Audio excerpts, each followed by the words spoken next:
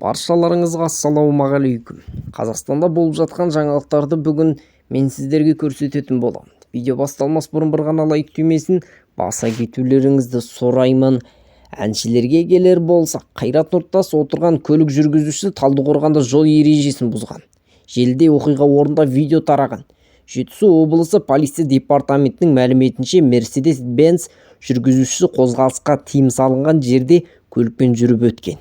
Іздестіру іс-шаралары барысында 45 жастағы жүргізуші Алматы қаласының аумағында ұсталып, әкімшілік жауапкершілікке тартылды.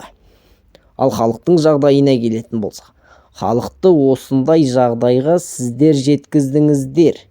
Парламент сессиясы аяқталған соң бірнеше адам президент және депутаттармен жолығуды талап етті.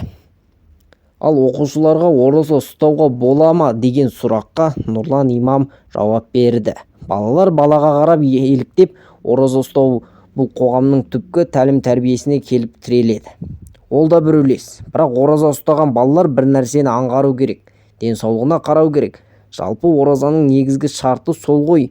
Адамға зиян келмейтін адам ораза ұстау керек. Оразада басы айналып құлап қалмау керек. Оның оқуына зиян тимеу керек. Сабақта отырып ұйықтап қалатындай болмау керек дейді имам. Ал сіздің ойыңызша оқушыларға ораза ұстауға болады ма? Балалардың ауыз бекітуіне деген көзқарасыңыз қандай? Комментарийге жазып кетіңіздер.